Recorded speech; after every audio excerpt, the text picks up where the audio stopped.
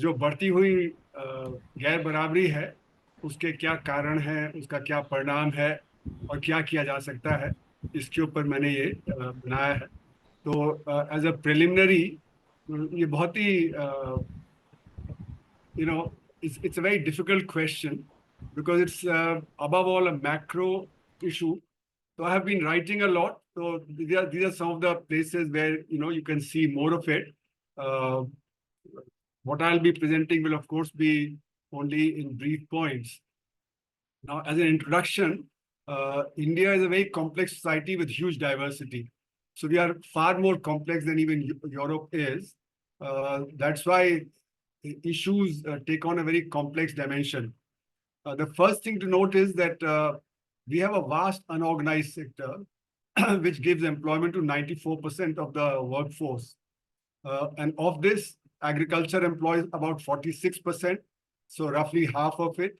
And the rest is in non-agriculture unorganized sector. And this vast majority of the unorganized workers have very low incomes.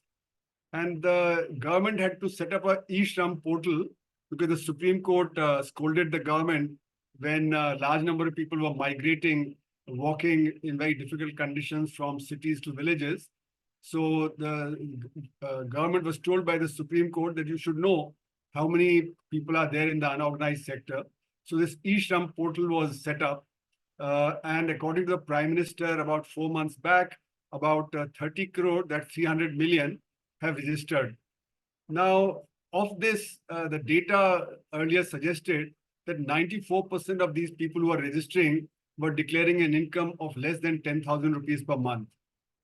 And this is close to the poverty line. So in other words, large number of people in the unorganized sector are working at close to the poverty line.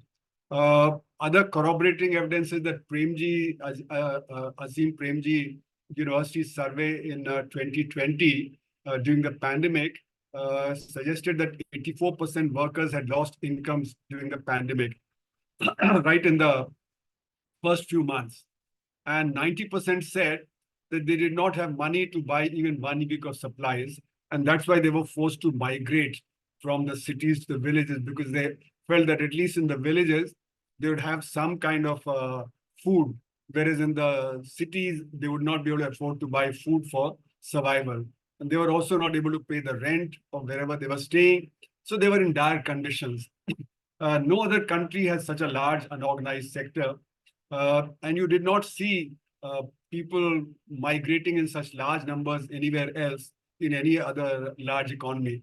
So India has a very special situation where the unorganized sector workers working at low incomes is a very, very large component of the economy. Now, there's a hierarchy of inequality. The wealth inequality, income inequality, and consumption inequality.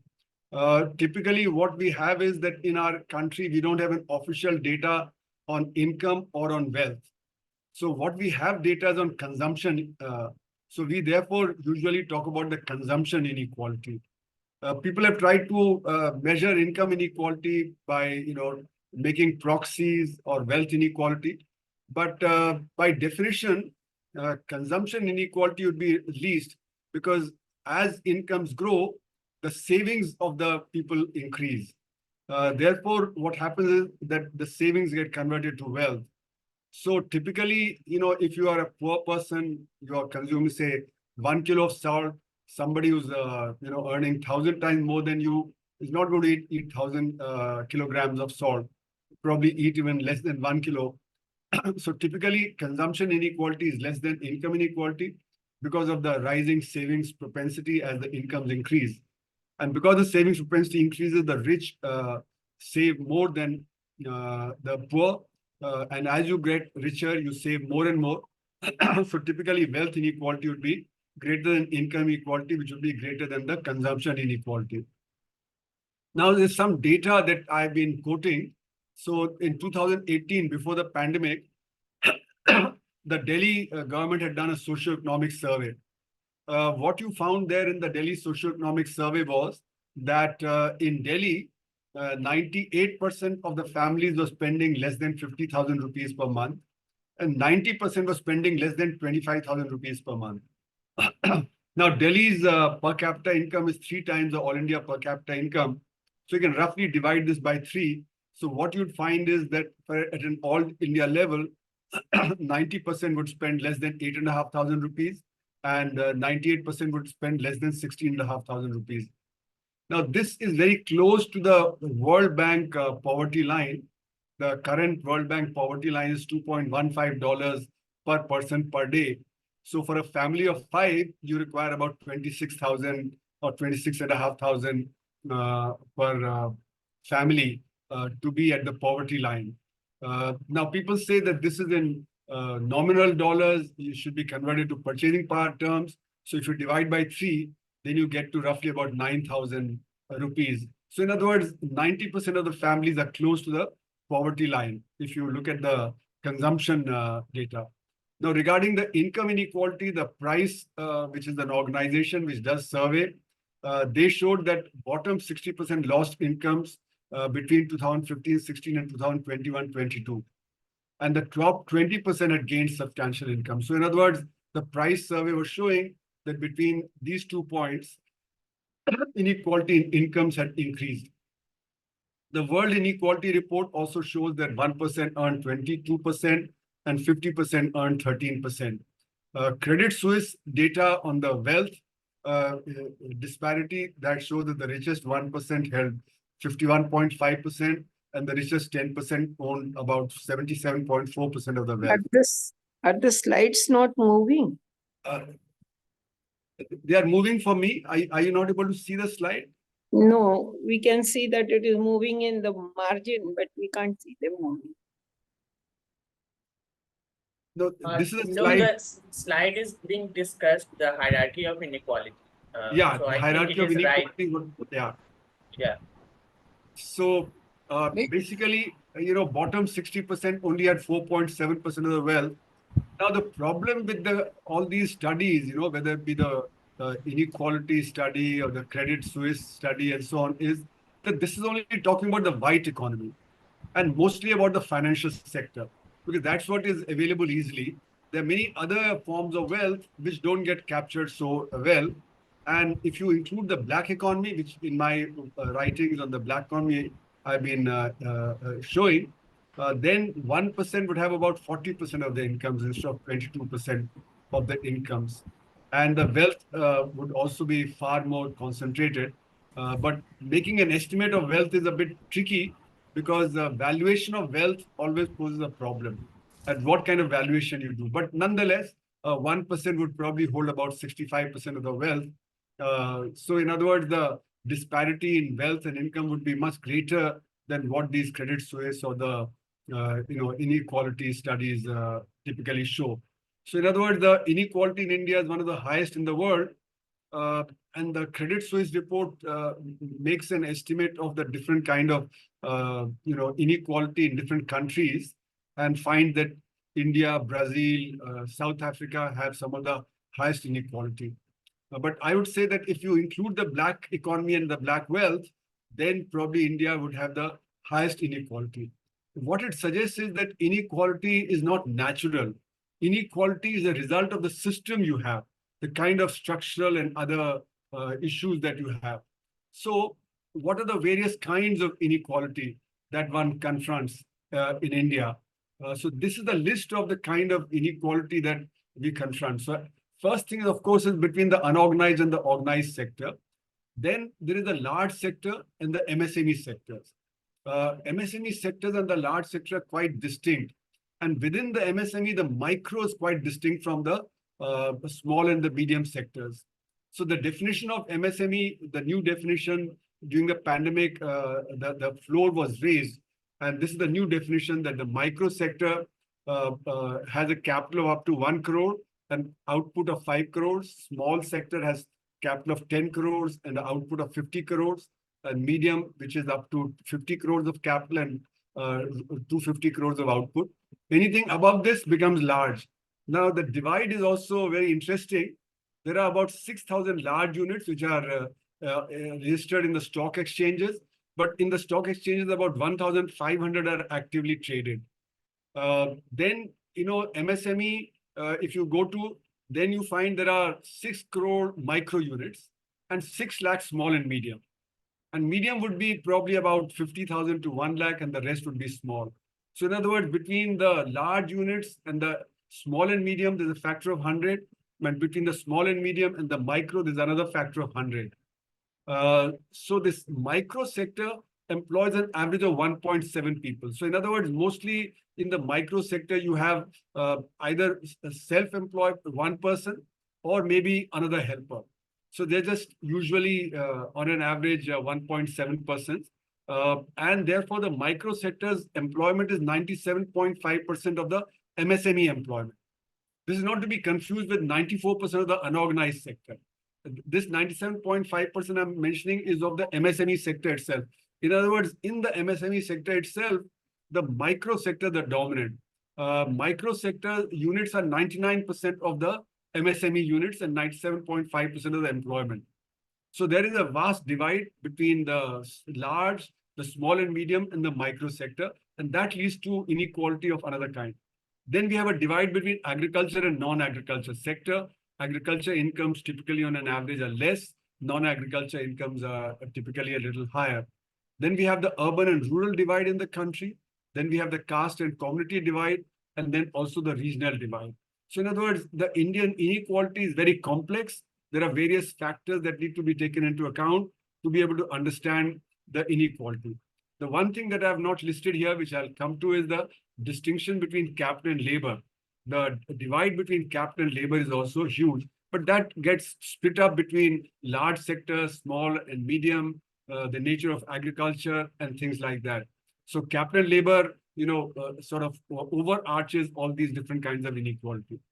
Now, government policies have been aggravating this divide because after 1991, there is a feeling that we have to grow at any cost. The idea is that if there's growth, then there'd be employment, and then the inequality would be less. But the question is, what is the distribution of this growth? This growth has been largely cornered by the organized sector, by the large sector, by the urban sectors, and very little has trickled down to the lower segments. So this philosophy of growth at any cost, which sometimes also even recently the PM said, do you want to distribute poverty? So the argument is that let the pie grow, and when the pie grows, then everybody will get more. But that trickle down has not happened. So in other words, this is a self-serving philosophy of capital that if there's growth and we will corner all the growth, then things will be okay. So what's been happening is that we have been using what are called supply side policies. This supply side policies doesn't necessarily mean that you're increasing supplies. It is to promote businesses. You give what is called incentive to businesses to invest. So these policies then favor capital as opposed to labor. Now, our problem has been demand side problem that, there is a vast inequality, and therefore at the lower levels, people have less income. And because there's less income, therefore there's a shortage of demand, and that prevents the economy from growing faster. So even before that, from 2017-18 quarter 4 to 2019-20 quarter 4, the official rate of growth had dropped from 8% to 3.1%. So in other words, because of shortage of demand, the inequality rising in the post-2014 period, we had even the official rate of growth falling.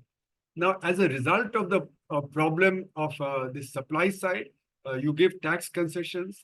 And when you give more tax concessions, then the availability of resources with the public sector decreases, and you have less of public services.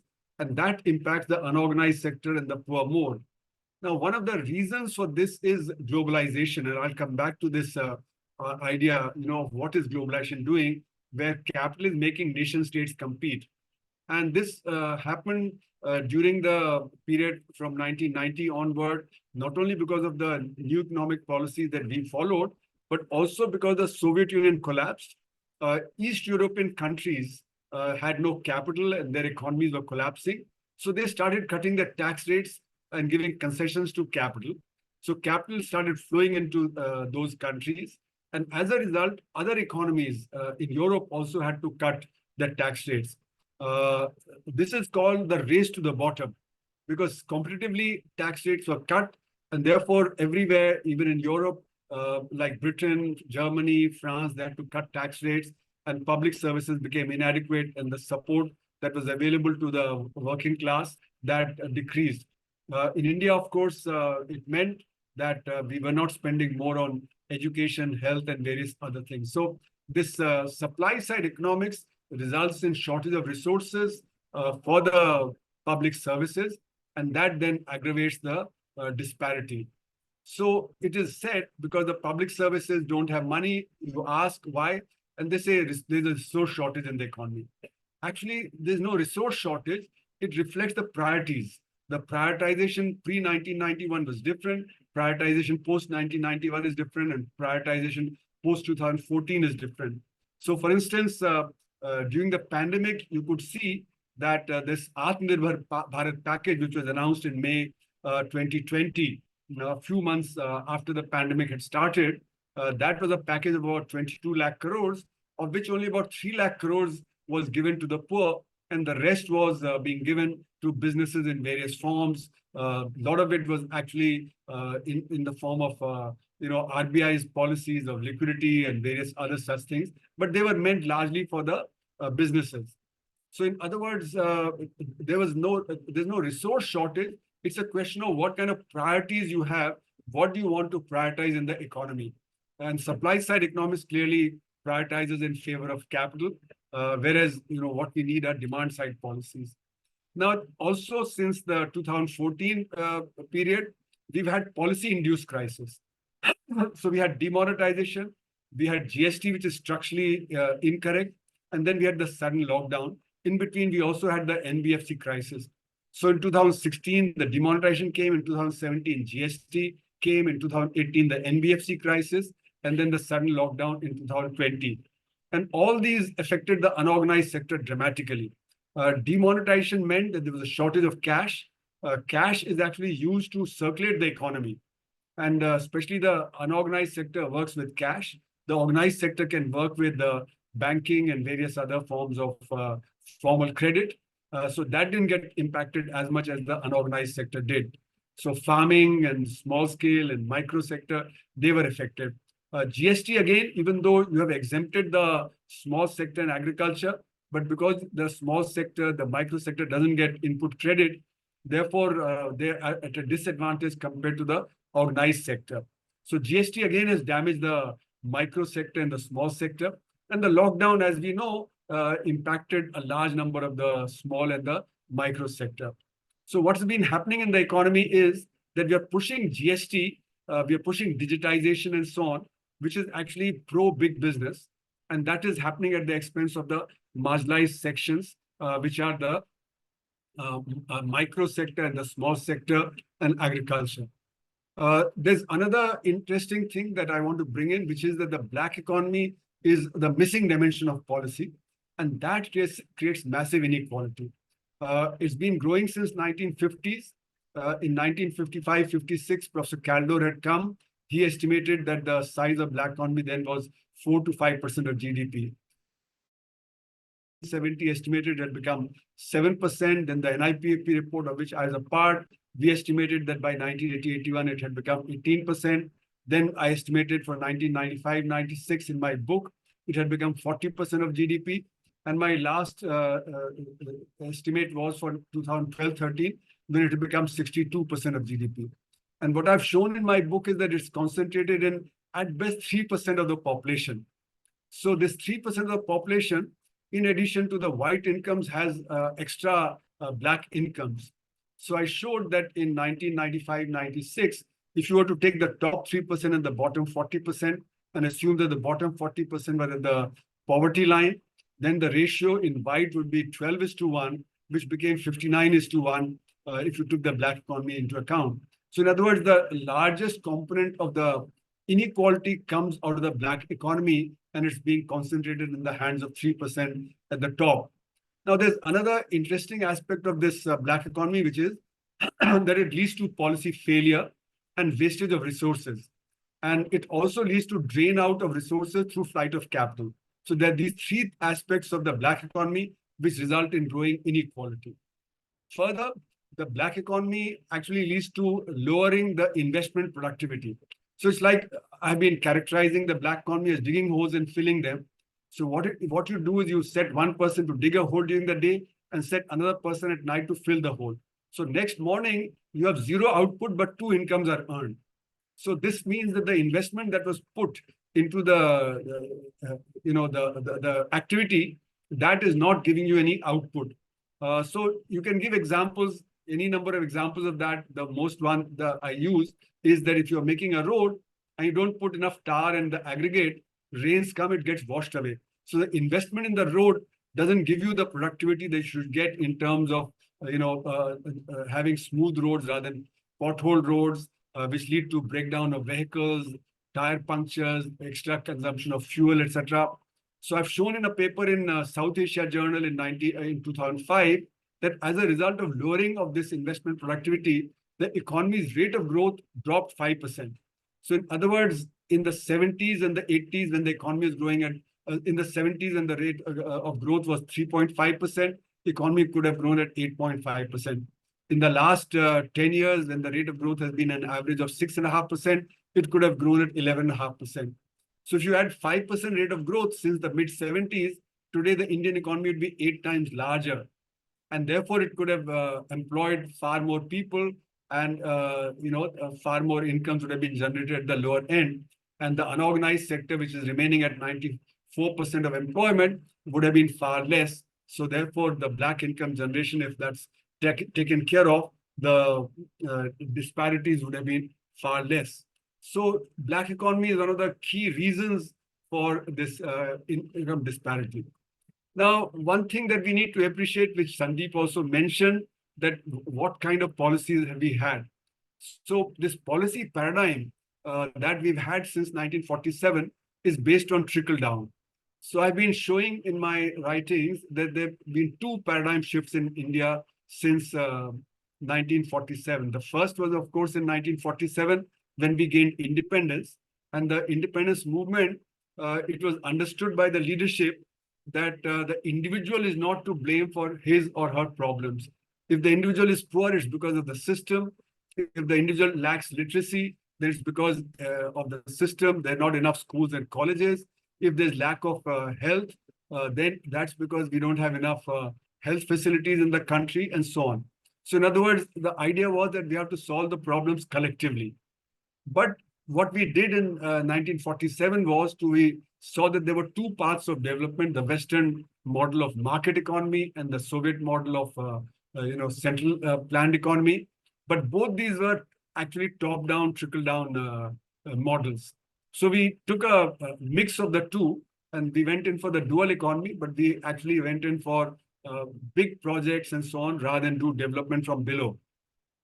So the only saving grace was that we understood that we have to collectively resolve the problem of poverty, illiteracy, ill health, etc. So at the bottom, we did provide some form of assistance to the people who are poor. But otherwise, it was based on trickle down. And we see that the problem of unemployment, the problem of various other kinds of crises, they continued. So I've shown in my Indian economy book that every decade we ran into some problem or the other.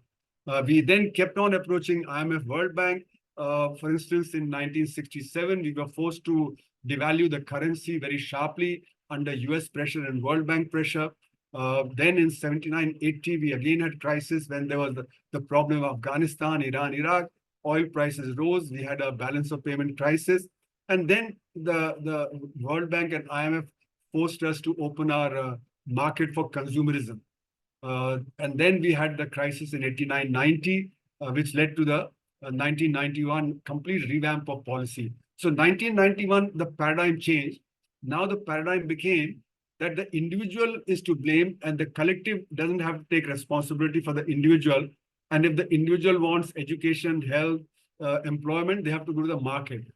So under the pressure of international finance capital as coming through the World Bank and IMF and the cross conditionalities between them, we completely changed our paradigm. where now the individual was left to the market and had to go to the market to get whatever you wanted. So therefore, what happened was inequality arose, and uh, inequality was supposed to be acceptable in the context from 47 because of the wider national good. The idea was basically the Lewis model idea that let the advanced sector expand, and when that expands, it'll absorb the backward sector. That never really happened in the Indian context because that was a model of European development of the 1810, 1820, 1830 that didn't really suit the situation that was there in India. So what has happened is that with this disparity, those who've gained, they now are not willing to sacrifice. They claim that what they have achieved is because of their own effort, and therefore now they need not pay more taxes or help the poor to come up or to have more equitable policy framework. Now, this implies that there's a change in the philosophical aspects of our society.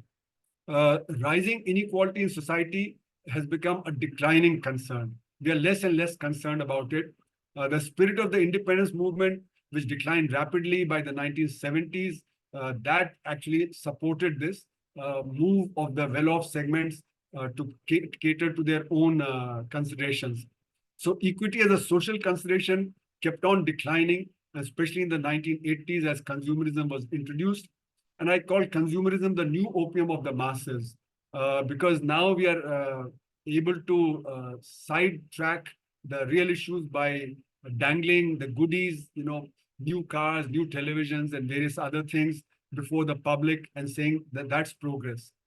So this philosophical shift in thinking has been brought about by this consumerism that has been introduced.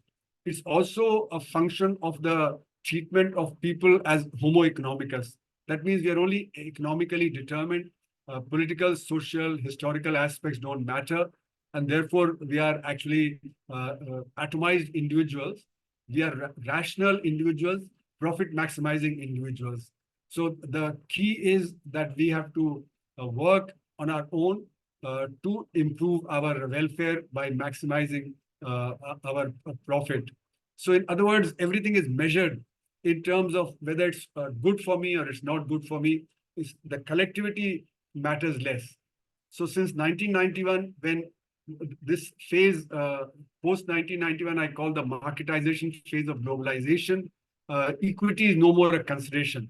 What we see is that individualization and the reduction of the collective action, those have actually characterized our situation since 1991, far more than pre-1991.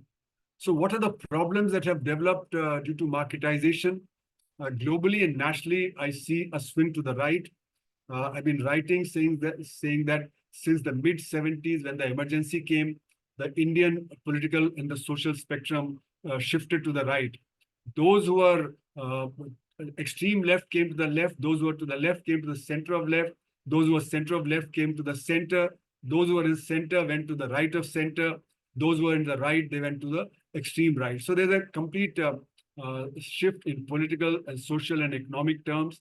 It starts with the emergency in 1975, when Sanjay Gandhi and his cohorts, they took command of the situation and they slowly shifted. So for instance, the various studies on poverty that were done in the 1980s were funded by the World Bank, and the World Bank was pushing the idea that it is the market which will solve the problem of poverty.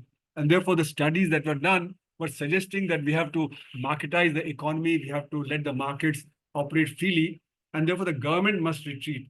So post 1991, there's the retreat of actually what is the strategic retreat of the state.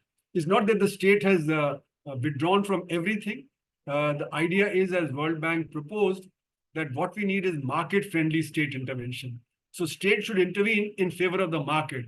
It should promote the market, but it should not intervene in favor of labor. So market-friendly state intervention became the key thing that we moved for. So this is what has changed our thinking, that now collectivity is diluted, it has retreated, it's atomizing the individual, and we think about ourselves as, atomized individuals maximizing our profit, as I said. What has also happened is that, and I'll come back to this issue, that we are using more and more of technology, especially artificial intelligence is growing. Use of artificial intelligence is growing.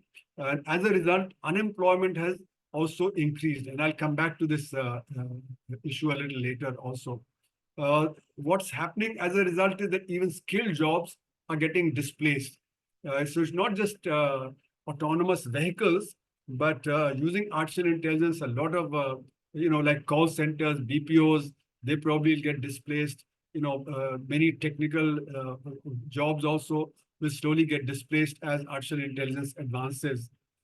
So this is something that is going to pose a further threat to people who have lower levels of skills, and which will then further aggravate the disparities. The markets are marginalizing for another reason, what Samuelson called the dollar vote in his elementary BA textbook. He starts off that it's the purchasing power that matters.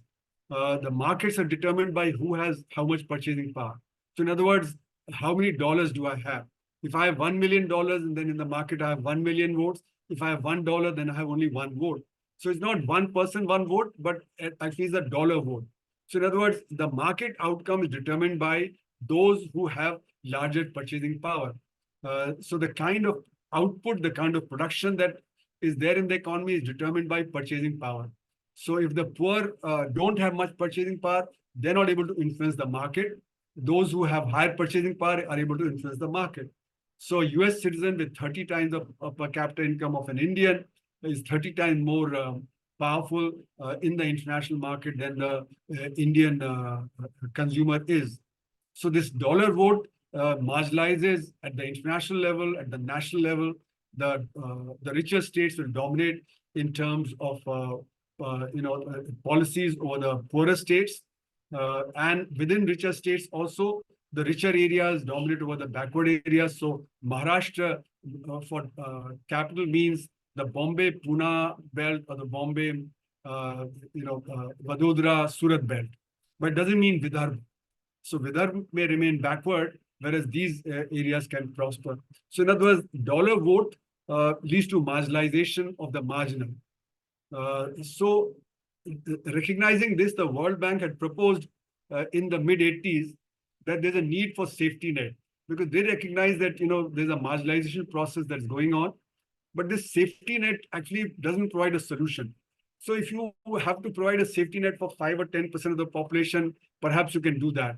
But you can't provide a safety net for 94%. It'll be totally inadequate in the Indian context. So safety net doesn't solve the basic problem of unemployment. That is what's creating the issue. So it's a palliative.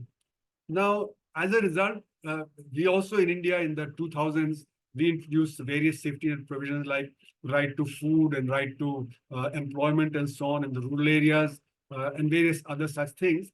But I feel that those didn't solve the problem. The problem has continued to aggravate.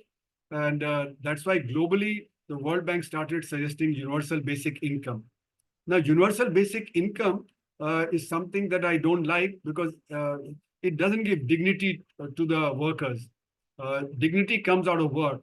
So I'd much rather prefer that people get work rather than a certain amount of money in hand. UBI also goes against the capitalist principle that you pay for work done. You don't pay for work not done. So in other words, capitalism is now facing a deep crisis where the demand is inadequate globally. And therefore, World Bank could even consider universal basic income. And I'll come back to this a little bit later again. Now, there's a problem that we face in addition to all this. The Indian economy's growth trend, if you see what I'm showing here from 2012-13 to this quarter in 2018-19, you can see that the economy was beginning to recover from the crisis that it faced in 2012-13, and then during the regime from 2014-15, actually the slope is downward. And here in this part, the slope is considerably downward. And you can see this more in the expanded graph. But the interesting thing is that, the data for the period from 2016 November doesn't include the shock, doesn't factor in the way the shock has actually depressed the rate of growth of the economy. So neither the GST nor the lockdown nor the demonetization, which impacted the unorganized sectors, they're not independently included. So I've been arguing that the rate of growth in this period, actually, this rate of growth, this blue line, that is not really the true reflection of the growth. The growth rate actually has been plummeting since then. But as you can see, the official data shows this point in 2016-17, this has the highest rate of growth for the entire decade. But that was the time when actually you saw the demonetization, its impact when the markets were closed, the wholesale markets were closed, agriculture produce was not coming to the market, and the economy had really declined. But yet, so the official rate of growth was the highest for that period. What it shows is the kind of methodological error that is there in our estimation of GDP. So my own argument is that the economy, instead of growing at 7 or 8%, has been growing at barely 1 or 2%. And in periods like this, when the rate of growth dropped, it was probably negative rate of growth of the economy here and here. So this is the expanded graph from 2012-13. It shows the rates of growth, how it was rising, then it was flat. And then before the pandemic, it was plummeting. The rate of growth was plummeting, as I said earlier. This is the graph for the rates of growth. What I was showing you is this period here, from here to here. But then when the pandemic came, the rate of growth dropped sharply. The official rate of growth, according to me, actually it had dropped even more sharply. And it didn't recover like this. It was sort of more recovering like that, more a U-shaped recovery rather than this, what officially. And the reason why the official rate of growth is showing these sharp rises is because this is the rate of growth of the organized sector. The unorganized sector is not measured separately. It is assumed that the unorganized sector is growing at the same rate as the organized sector. Now, this papers over the disparities, because it's the unorganized sector where the low incomes are. It's in agriculture where the low incomes are, in the micro sector where loss of income took place. So what we do is we say that the unorganized sector is growing at the same rate as the organized sector. That means we are reducing the disparities that are prevailing. So official data doesn't really capture the inequality that is growing in the Indian economy. So in other words, what I've been arguing is that there are two circles of growth in the economy. There's the 6% workers in the organized sector, and they produce 55% of the output. And the rest, 94% employment in the unorganized sector, which produces 45% of the output. And this sector is contracting since demonetization, this unorganized sector. And that is not captured because the data for that is not independently measured. So we use the organized sector data as a proxy for the unorganized sector. So we are using a proxy, which is a rising growth rate for representing a sector which is actually declining. So that's why our rate of growth doesn't capture it. And there are enough evidences of the decline of the unorganized sector in, say, the textile sector, in the leather goods sector, in the luggage industry, in the pressure cooker industry, in the FMCG industry, in the trade sector. All of these sectors are showing that the unorganized sector is declining. But officially, that's not taken into account. Also, the demand for work under the Rural Employment Guarantee Scheme has remained high, which means that people who had migrated during the pandemic to the villages, they have not yet come back. The mass market, from the data that's available, the mass market is contracting, is the luxury market, and the market for goods of the well-off that has actually been growing. So the mass market declining shows that the demand has remained low. And the unorganized sector, as a result, has become a colony for the organized sector, because demand is shifted from unorganized sector to the organized sector in all these sectors, whether it be the trade sector, whether it be the FMCG sector, it be the textiles, it be the leather goods sector, and so on and so forth. So what I've been arguing is that the unorganized sector, which has the 94% of the employment, is invisibilized in data and in policy. Because if we keep claiming that we are growing the fastest growing economy, we are growing at 7%, 8%, then nothing special needs to be done.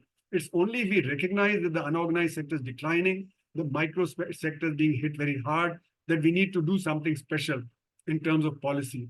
So this twin circles of growth, they are politically also very important for the ruling party, because on the one hand, they're creating large conglomerates and agglomerates like the Tatas, the Adanis, and the Ambanis.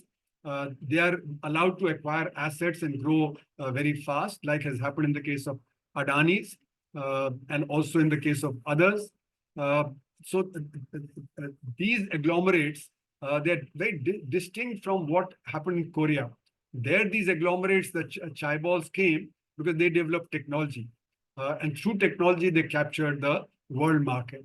But Indian agglomerates are not into the world market because they're not developing technology. Neither Adanis, nor Ambanis, nor Tatas have developed any technology. They're simply expanding by agglomeration, by acquiring assets through the state help. On the other hand, you keep 80 crore people as Labhartis, and you give them some food or some gas or something, and therefore, you try and get their vote. So this is the twin strategy, of the two circles of growth, which is politically what the ruling party thinks will help them. But that leads to increasing disparity in the economy. Now, this data from the RBI, this shows what's happening to capacity utilization and to the consumer confidence. And you can see that the consumer confidence had dropped very sharply during the pandemic, has not recovered back to where it was even in 23-24. Similarly, the capacity utilization has been rather low. And when capacity utilization is low, then investment tends to be slack. And when investment is slack, then the rate of growth of the economy drops. So this is another reason why I've been arguing that and this is, mind you, data from the organized sector. This is not the data from the unorganized sector. If you included the unorganized sector, things would be much worse. RBI did try to do some survey of the unorganized sector, but that data was never released. So unfortunately, we don't have the unorganized sector data, which would be much worse than this consumer sentiment survey and the capacity utilization data. Now, coming to investment and technology, these have also been marginalizing in the economy because the investment pattern is heavily in favor of the organized sector. The organized sector, I wrote a piece in 2008 where I showed that then itself, the 80% of investment was going into the organized sector. So for 6%, you had 80% investment, and for 94%, you had 20%. And within that, for agriculture, 46%, you had only 5% investment. So the investment per worker was heavily skewed in favor of the organized sector, where there was automation, where there's mechanization. So for instance, in banking, earlier in 1990, for everything, you had to go inside the bank, whether it was withdrawal of money or anything. But now you can do it on your computer, you can do it from your mobile phone, you can go to an ATM machine, you don't have to go inside the bank. So perhaps the work of the bank has expanded 1,000-fold, but the employment has become half. Same in the trade sector, we have moved towards e-commerce and towards malls, where the automation and mechanization is far more as compared to the neighborhood stores. So this segment, the e-commerce has been growing at 20, 30, 40% in an economy which is largely stagnant. So this is coming at the expense of the retail trade, which is unorganized, the wholesale trade, which is also unorganized. So what we see is that this is resulting in a lot of unemployment in the economy, because if the micro sector is hit, that's where a lot of employment was there, and that is getting hit. So the neighborhood stores, the micro sector, that has got hit, and that's why employment has become a problem. So investment is what has been the target, but not employment. We needed to have actually targeted employment rather than investment.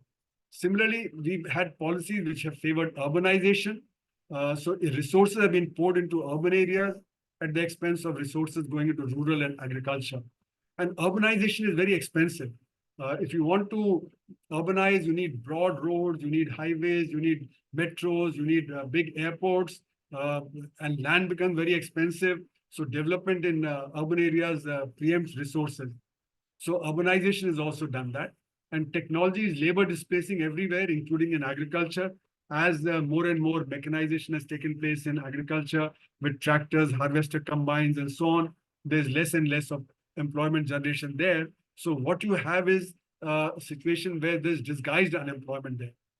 So in other words, technology has created problem. The investment pattern has created problem, leading to greater, inequality, and that's what's creating a part of the problem of lack of demand.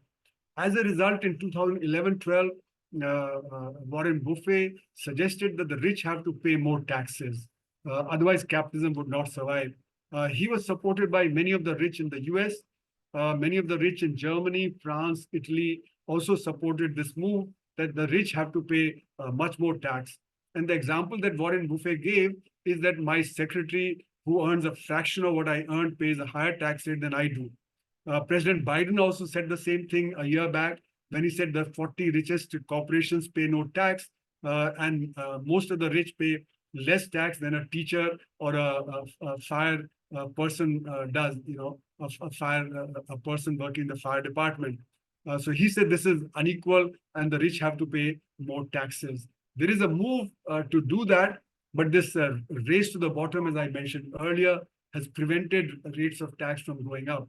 Globally, there has been a move since the last 2-3 years to have a floor tax so that the tax rate doesn't drop below that, but that has not really got implemented as yet. Now, as a result of all this, there's a lack of social justice. There's a problem of employment. There's a problem in agriculture. Now I noticed that I have run out of time, so let me quickly go through. One of the key problems has been education. Poor quality education, as the ASAR reports show, that large number of people, the lower end, lack the skills. So they drop out, and therefore modern day jobs, something that they're not able to take on. And that aggravates the situation further. What I pointed out in terms of technology, etc., that gets aggravated when the education system has poor quality education. Now, regarding employment and unemployment, another very key issue.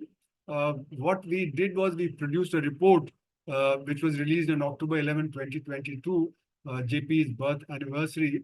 And we showed that 24 million young people are ready to come into the job market in the age group of 15 to 25 in 2022. But we only create 500,000 organized sector jobs.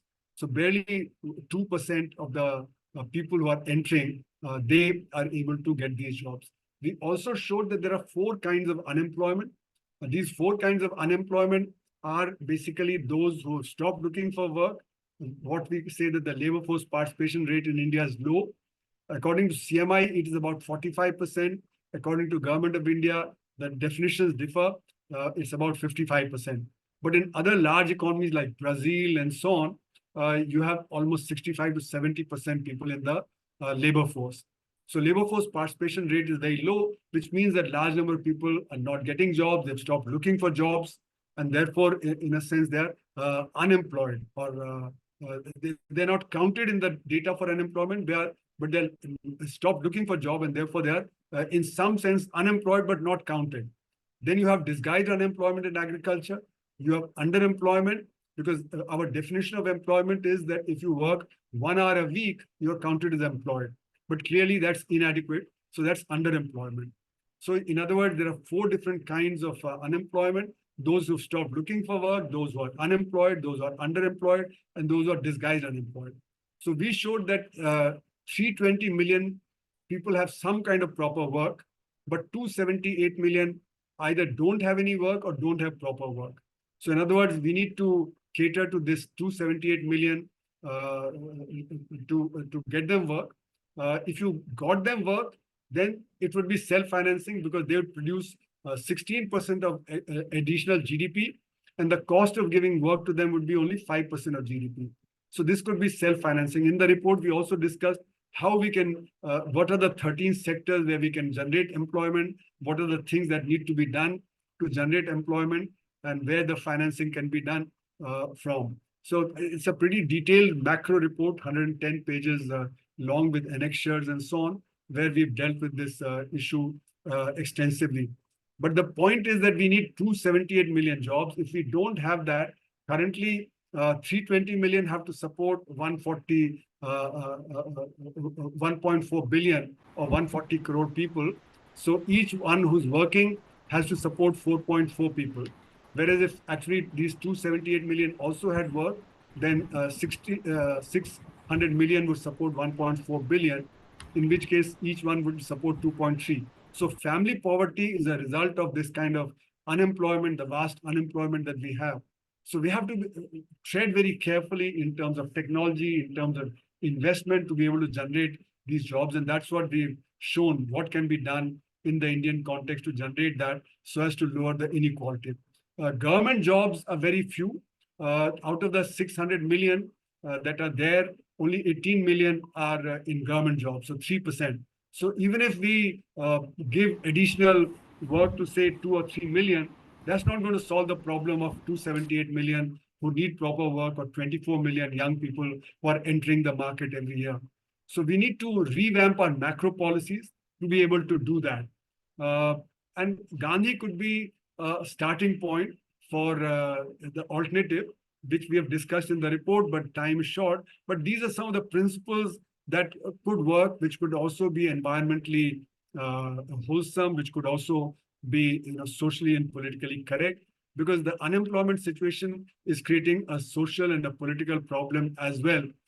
Many children who are frustrated, out of frustration, they are resorting to violence in the family. They have got into substance abuse, etc. So a lot of social problems are there, and politically, the parties are getting cheap labor to exploit. So there are social and political problems that are associated with it. So we need to take care of this unemployment situation, which would then be able to help us to reduce inequalities. So to conclude, inequality is a societal and structural feature. It's not natural. Some people say that this is in the nature of the economy, that there would be unemployment, what is called the NAIRU. Technically it's called the non-accelerating inflation rate of unemployment. So they say it's a structural feature of our capitalist economy that you have to have unemployment.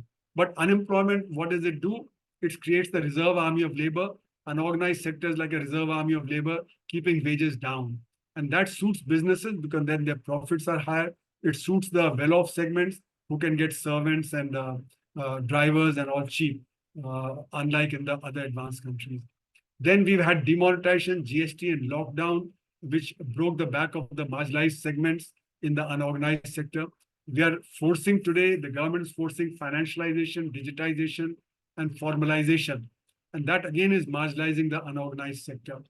We need to address the issues of the unorganized sector and check the black economy if we want to reduce inequalities in the country.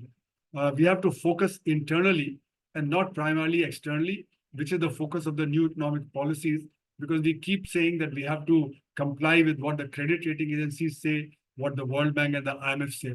So it's not that we need to go for autarky, but our focus has to be creating the employment, taking care of the unorganized sector, taking care of the agriculture sector.